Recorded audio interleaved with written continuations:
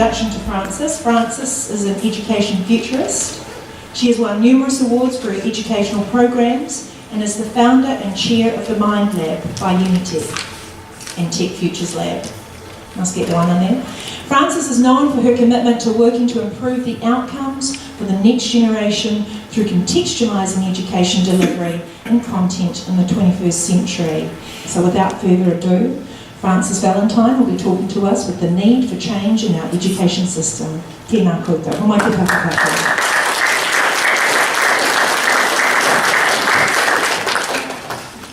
Kia ora everyone. So wonderful to be here this evening. We are living in extraordinary times. And actually for me, it really became even more apparent in the last week. I just yesterday returned from Santa Fe in New Mexico, where I'm very privileged to sit on a board for the empowerment of women and Indigenous people with the International Monetary Fund and the World Bank. And we spent the week looking at the biggest issues of our time, with some of the smartest people you can imagine from all over the world. And education came up time and time again. It's been the best enabler for the future, but the most risk, particularly for females and particularly for Indigenous people.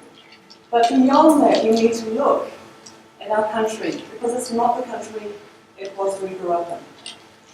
I grew up in Haru, on the side of Tuatara Mokai, and I ended up as an education futurist. It's an unusual story, but one that was driven entirely by a passion for this country, that we can define by educating our youth for today's world and tomorrow's future.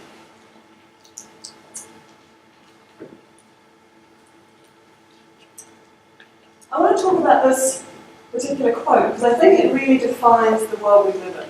It says, today's grandparents see our children's learning as bizarre.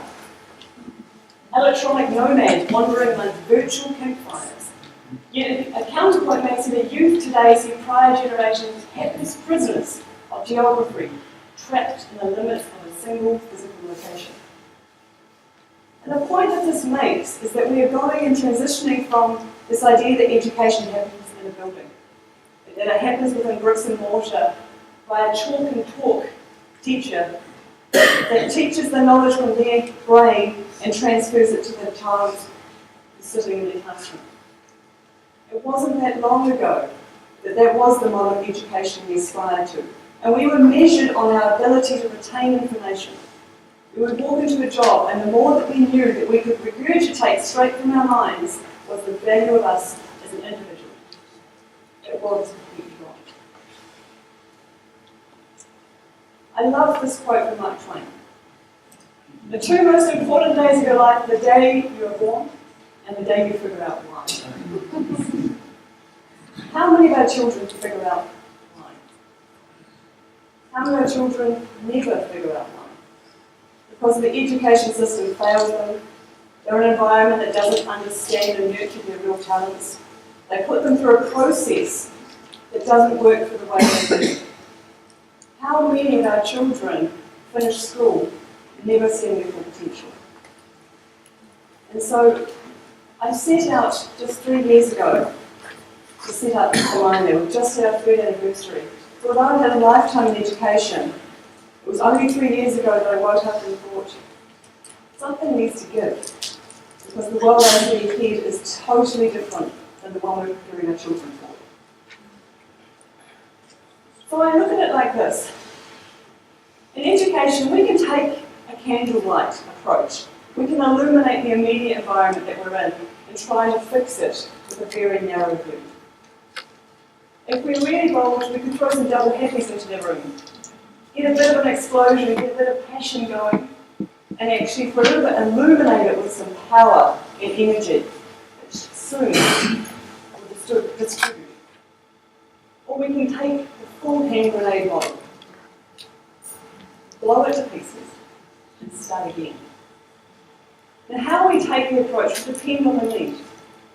But my general view is we have a lot to change extraordinarily quickly. We can't go too far without talking about the new world. So let's just start to contextualise where and how we live. So today, we'll start with big data.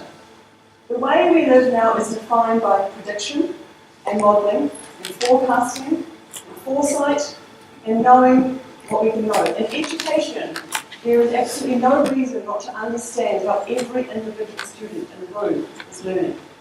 We should understand their progress, we can understand how and what they're absorbing and how they can apply it. We can talk about things like augmented reality or virtual reality.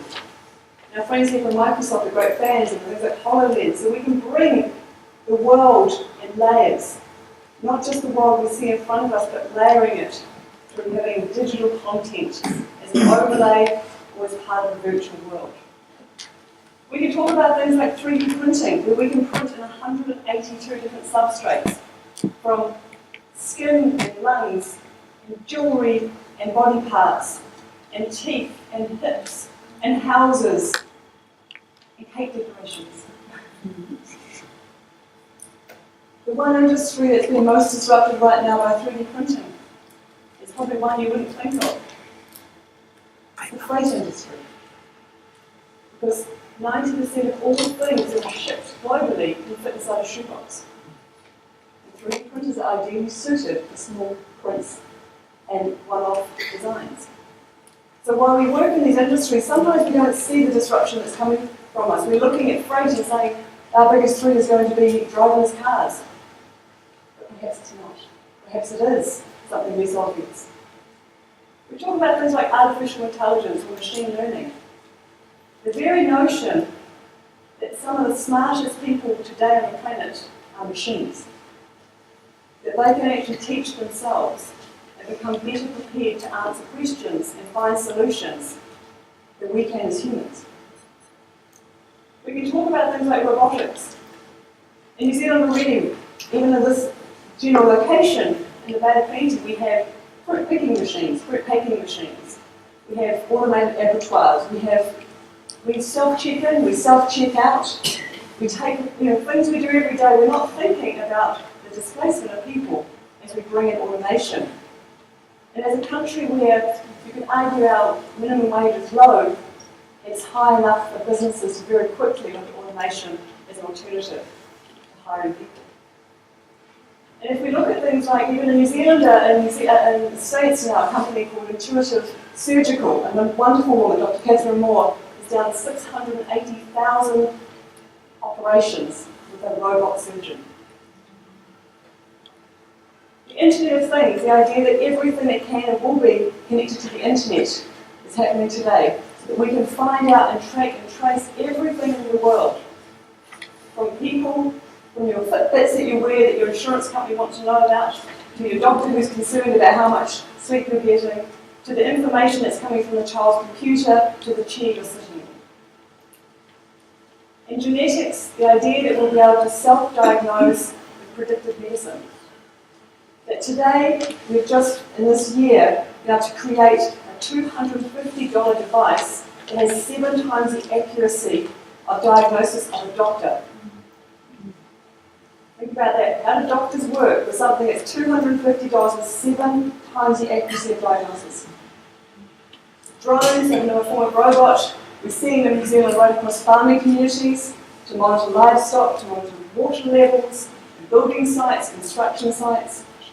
Already in New Zealand, they're right across our skyline. And then the blockchain, which is a system that is developed initially for the financial market, but now is becoming a digital authentication process, which includes education. So right now today, NZQA, our New Zealand Qualification Authority, are saying in 10 years, publicly they're saying they'll be irrelevant. Because there'll be no accreditation for qualifications the way they are today, because people will pick and mix qualifications from all over the world, from different places, and these accreditation, my phone, I should turn that off, it's my doorbell, are actually going to move qualifications onto this blockchain. So you won't necessarily have to bring a piece of paper, it will take you to a digital platform. So the world is changing. This New York Times article 3 years ago, which is a long time in technology, said the professor's big stage, it was called, to the view that education must move from a model of time served and stuff through. Because increasingly the world does not care what you retain. That's not the value. Everything else on Google, the world only cares and will only pay for what you do with that knowledge. And you think about it, when you hire someone, you want to know what they can do, not what they can remember. And we need to make sure that our kids understand their value is not what they can remember, but what they can do. And what they can do is growing exponentially every day. They can do the most extraordinary things. Their access to education has never been easier, but we need to change our view about legacy models.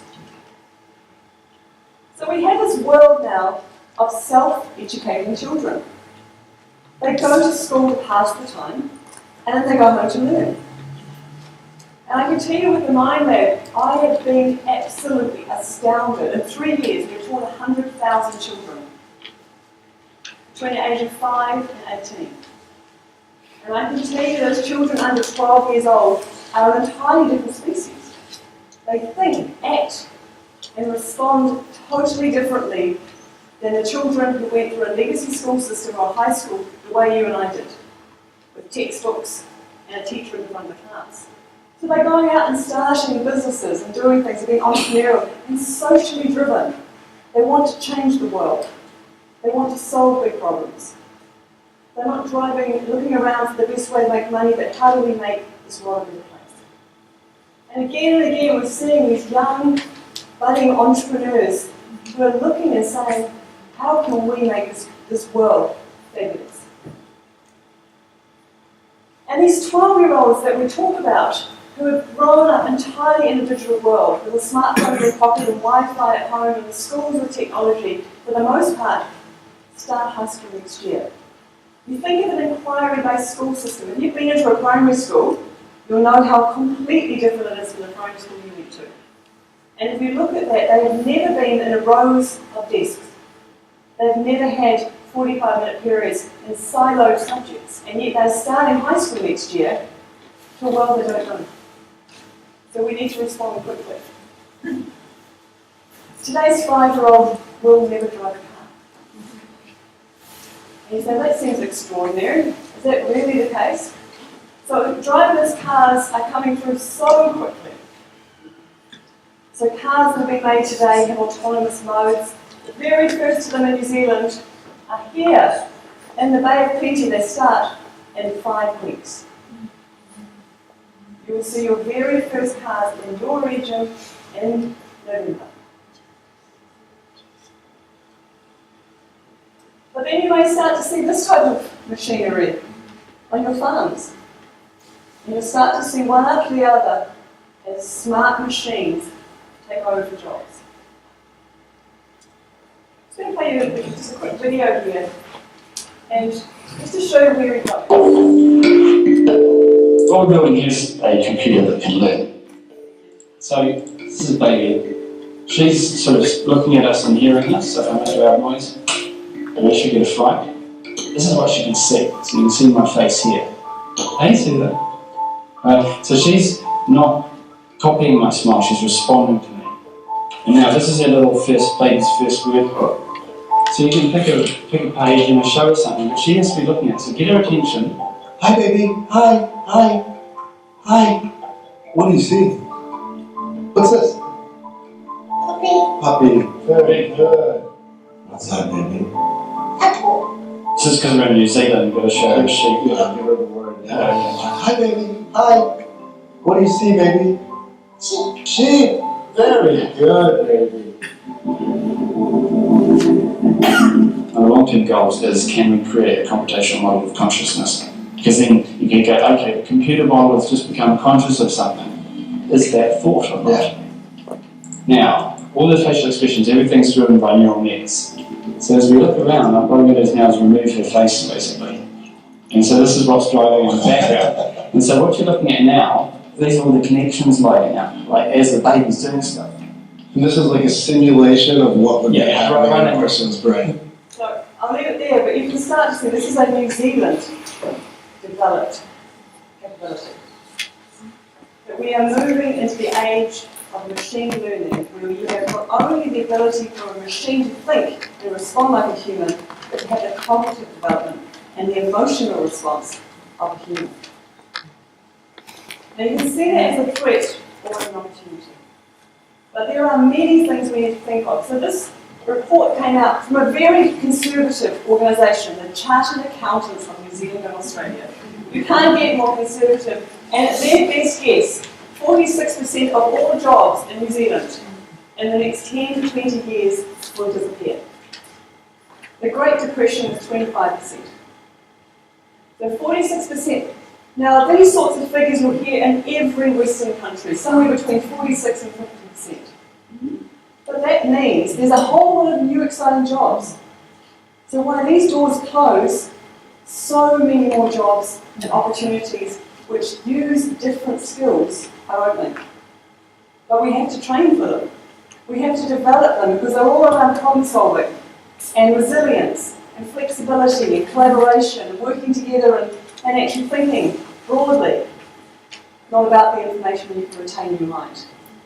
And so as your children today, we get to 2030, you think about the skills that they're going to need, or they'll find themselves unemployable.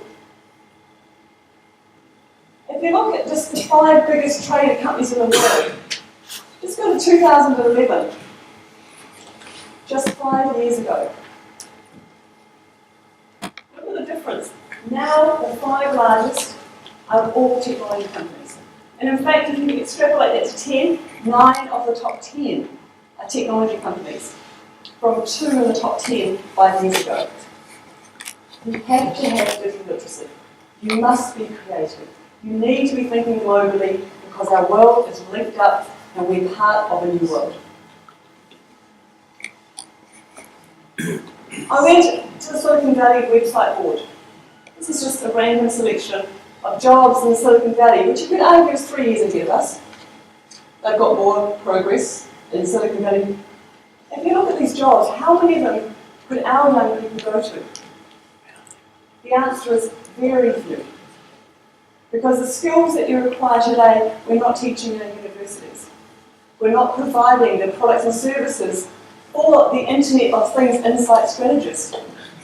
That's not on any curriculum that I've seen recently. We have to change with contemporary programs for today's world.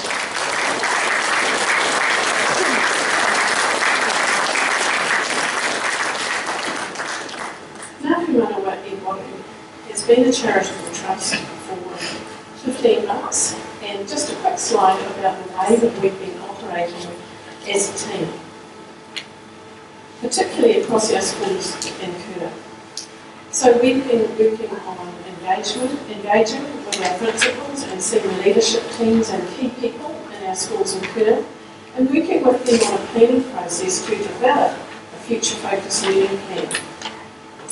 Then, particularly with our Year 1 schools, we have moved into an implementation phase, and we're just about to move into a review phase as we start to gather our second round of data. Also, across our technology team, they have engaged with technology partners. They have worked with Rotorua District Council on looking at how we can solve district-wide connectivity, and also they have worked on a procurement model in terms of how can we have a device in the hands of every child. And our engagement team work with many different community organisations, particularly Computers in Homes, through community organisations, and also on even engagement in education. So we have a strong vigilant team, and we have Dr. Vikram Murthy leading us in our leadership programs.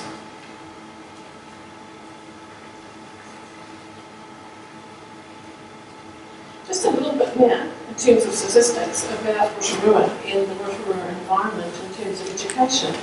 So we have 20% of our homes are actually in lakeside or rural areas. So from a connectivity perspective, that has implications.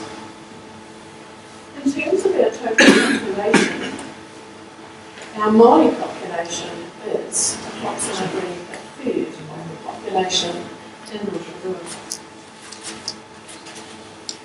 And from the 2013 census, you can see on the left age and sex of people from the Rotorua district, and that's all people. And then on the right, age and sex of Māori in the Rotorua district.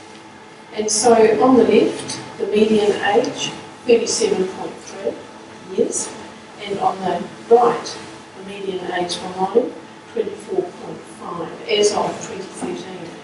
And so you can see that that has implications for our education system, that our proportion of Māori learners in our schools in Kura is becoming a greater proportion.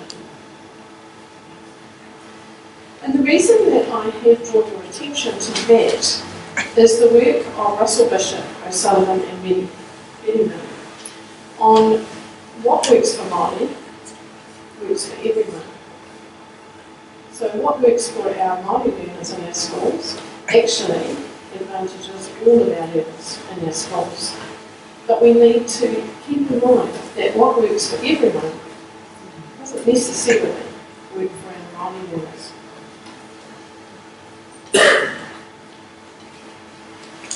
Just another graph of stats, just to give you a bit of a picture of the ethnic breakdown across the Rotorua district compared to what it is nationally. So we are such a unique community.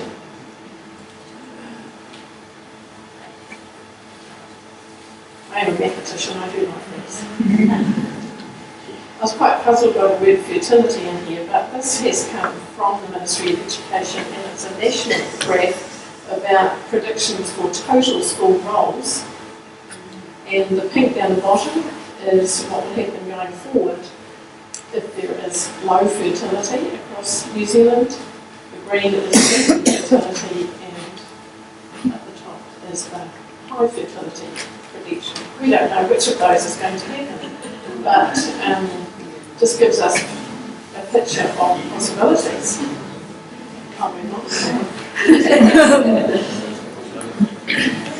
Francis mentioned the age of our teachers, and in New Zealand we know that 41% of our teachers are over the age of 50. So what does that mean for our learners? And predominantly to women. So what does that mean for our learners? It means that, you know, a lot of my colleagues are in the classroom, and I really admire them for that. And it means that they are people who possibly remember the advent of black and white TV. They remember colour TV coming in. They used log tables and trig tables when they were doing maths at high school. I am late 50s, and I was one of the first people that I knew that actually used a calculator at university. So my age group did not use calculators in our maths as we went through high school. So those are the sorts of backgrounds that we have come from. And now we're teaching the learners that have been described by Francis. So it's a quantum leap for teachers of my generation to be making to work with these learners. And yet, I'm not sure what the number is, but a significant proportion of our teachers who are doing Mind Lab are part of this 41% who are over the age of 50 and graduate with all that that means for them and for their learners. I think too, and this is just anecdotal, I think too what I notice in Rotorua is that we have many teachers who have taught in Rotorua all of their career and have moved around several different schools, but this is where they've done their teaching career, and so it's not a high transient population of teachers. Just a little bit on the age of teachers as well.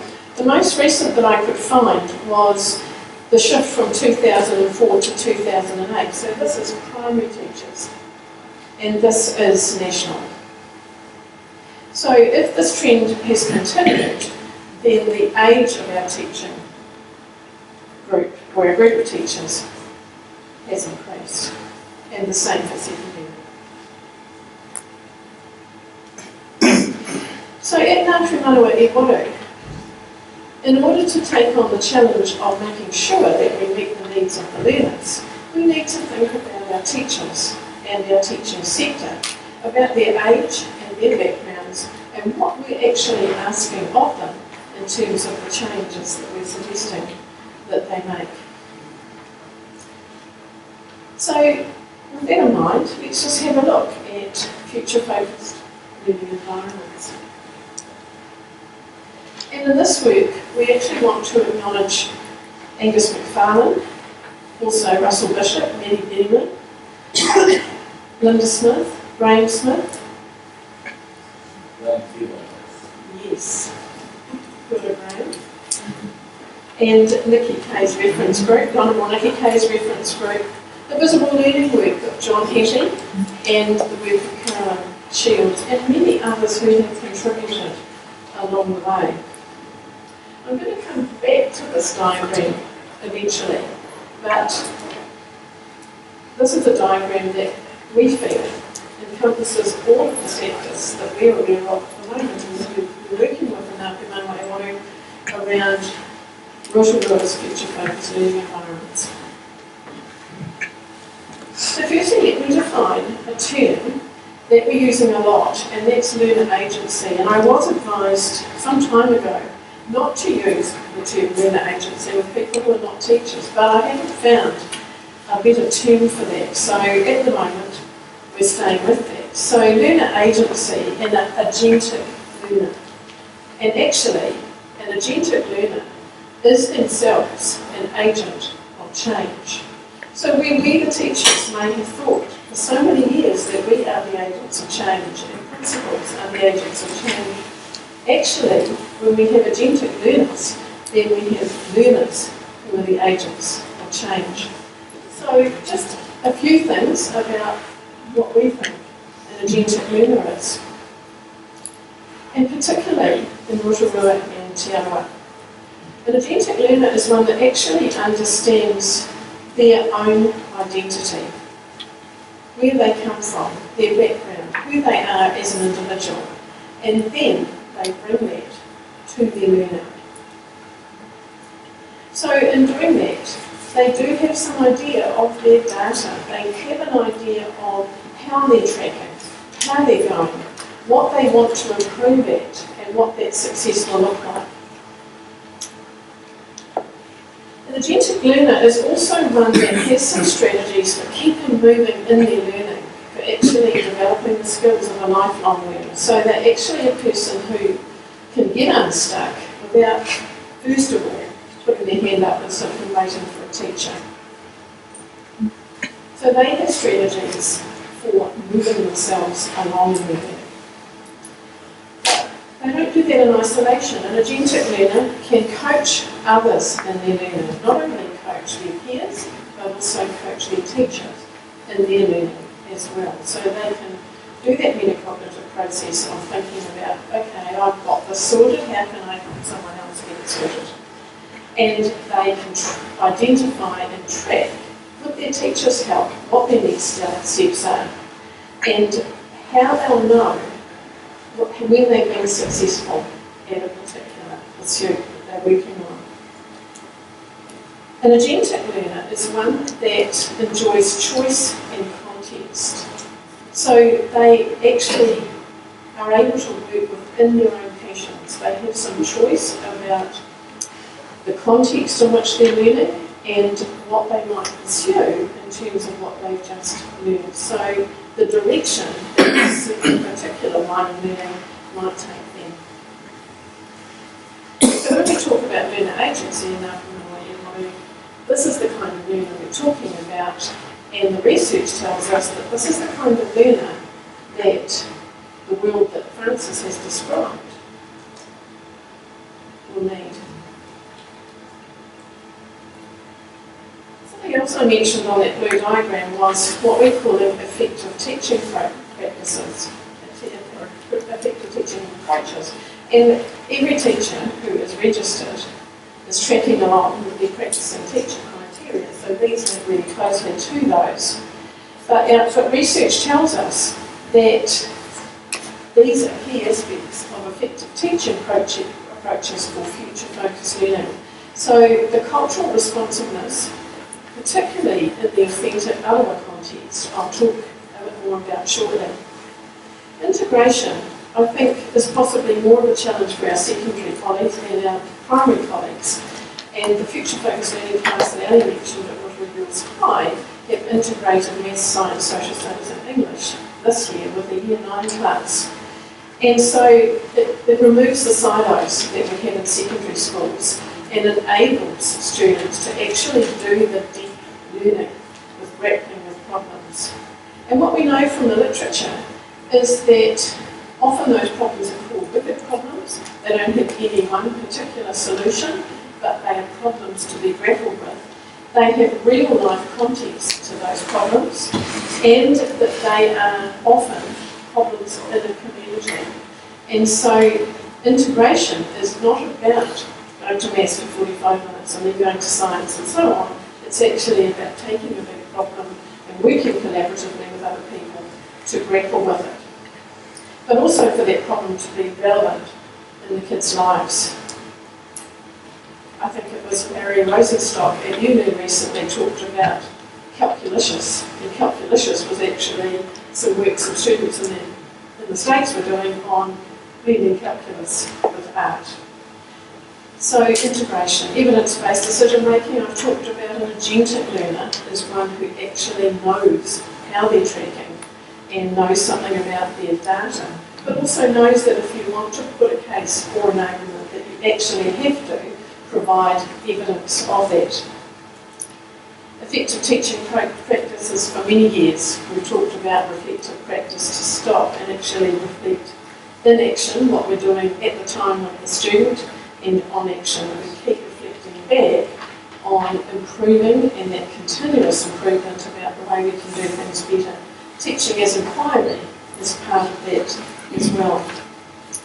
Our ability to co-construct with our students, because for them to know what success looks like in a particular aspect of learning, then often the teacher needs to co-construct that with the learner about how the learner will know when they've been successful. And reciprocity. Like when I started teaching, I was a maths expert and I really beat myself up big time and lost sleep if there was one maths problem that I couldn't solve, or I hadn't solved, that I was going to do with my seniors. But that's still important for a maths teacher, I think.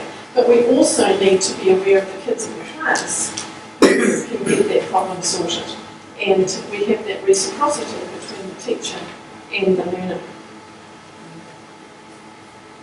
Also, the teacher fosters reciprocity between the kids. So that's just many of the effective teaching practice that we talk about. So when we talk about future focused teaching at Ngā Pūmanawa Waru, we talk about the effective teaching, and this is what the literature tells us, that if we have the effective teaching in the presence of the kids having personalised devices in their hands, then we're highly likely to lift their learner agency. We have the opportunity for them to become more agentic, to be agents of change. And no surprises, if they've got devices, it's highly likely that they will become more connected and able to work collaboratively, not only in their own class, not only across Rotorua, but also globally. And that they will be able to work ubiquitously, anytime, anywhere, learning. So part of the effective teaching now, if the kids are going to learn ubiquitously, may involve the teacher needing to run a collaborative space online where there is some asynchronous online interaction that the student may put a question up, the teacher may go on when it suits them to answer that. But what we found in Ngā Pūmanawa Waru is that in addition to effective teaching, we need our teachers to have that adaptability and that confidence, which we're calling adaptive confidence. So if we make a mistake, that our kids actually see us having another go, actually trialling it another way. And that the teachers do have reciprocity with their learners, they will learn from their learners. We also know that if the kids have got devices in their hands, the teachers need to have a certain level of digital competency and confidence with those devices.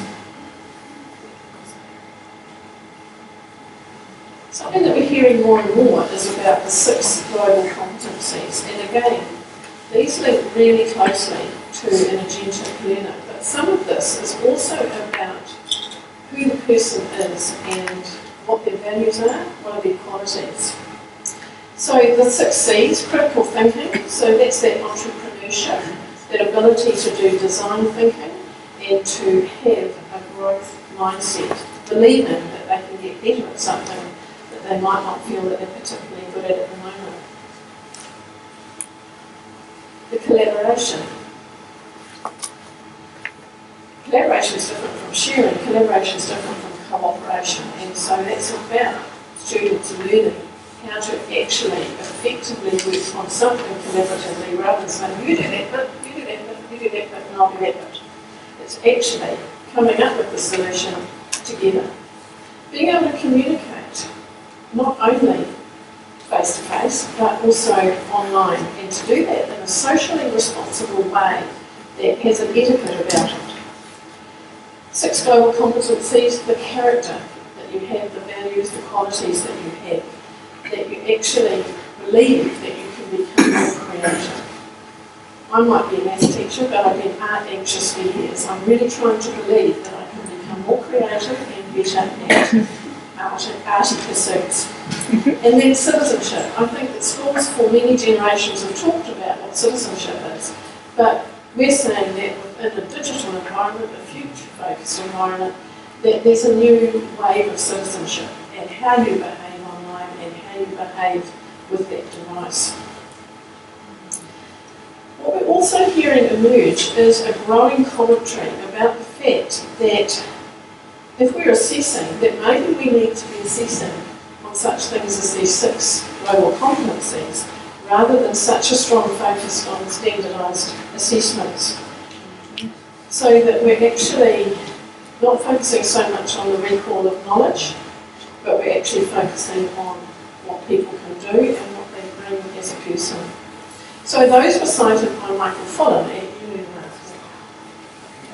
Just moving into the authentic Te Arawa context that our Rotorua learners have. And Bishop Kingi talked about Rangatiki and the 8 sons of Rangatiki, Ngā Pūmanawa, Waru. The 2014 work of Professor Angus McFarlane was also identifying 8 qualities and actually identifying an ancestor who was exemplary in terms of that quality and in terms of Te Arawa ancestry.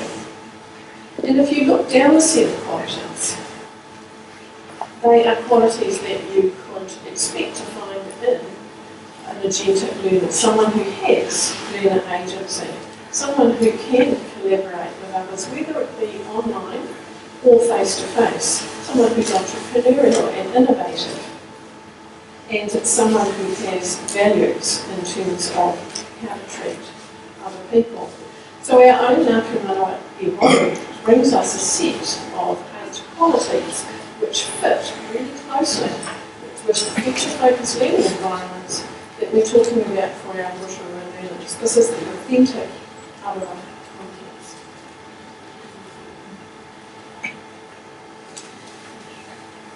Our blue diagram also had cultural responsiveness in relation to pedagogy on it. So, for those of you who are not educators, that's being culturally sensitive and responsive, but also the importance of the relationships in your pedagogy, the teaching and learning relationship between the learner and the teacher, the relationship with the parents and the relationship between the kids. And so Russell Bishop, Mary Berryman and others, the work that they've done also fits with the authentic Arawa context and also with our future-focused learning and wanting our learners in Rotorua to have learner agency, to be able to bond, whether it be in an online environment or a face-to-face, or tahitanga. The manaakitanga, the caring for other people, whether it be online, being able to use online to show that you care for somebody. Rangatiratanga, we've talked about the teacher effectiveness and the whanaungatanga, the importance of the relationships between the kids, between the teacher and the kids, and that relationship is just as important if you are giving a child feedback online as it is if you are giving it to them face to face. When I was the principal for the Volcanics e-learning community, I taught NCA maths online. I never met my students face to face, but I believe I had some really good working relationships with those students.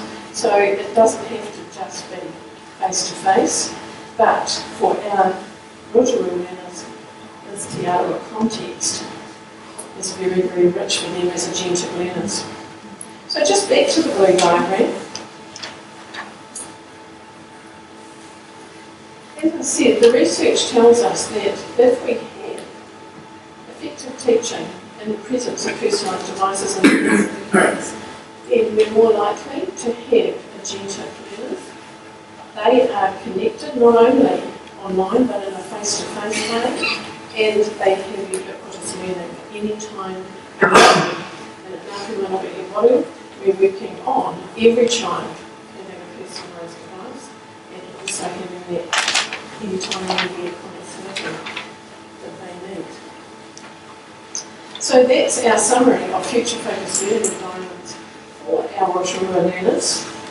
And I just want to now link this with some comments that I heard earlier last week.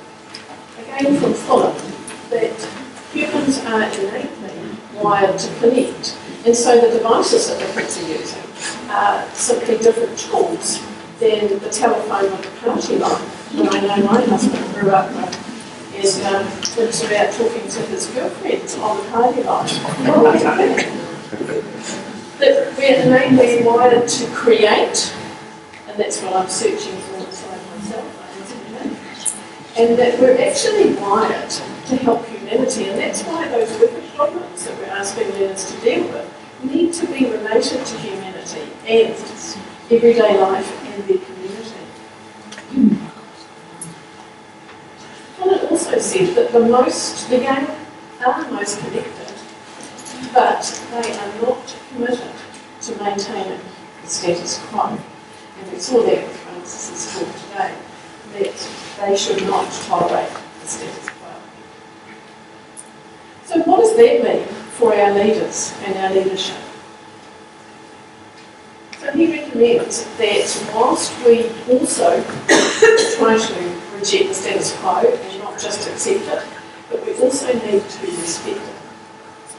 That we have to try and show that adaptive confidence of being the expert, because that brings its own richness to the learning of the students, but that we need to actually have that humility to also be the apprentice and to admit to the student that we don't know how to do that, or that they've taught us something. But that we have that entrepreneurial approach, the design thinking and critical thinking, experimenting and committing to problem solving. That maybe we just try and be as tenacious as possible with those problems, because that's what we want to model for our kids. And so, ladies and gentlemen, in talking about Rotorua future-focused learning environments, I just want to leave you with this thought. In terms of Rotorua and our authentic, out of a context, learner agency and future-focused learning environment, we don't know what the future will hold, but we know who in Rotorua is the future. Tēnā koutou.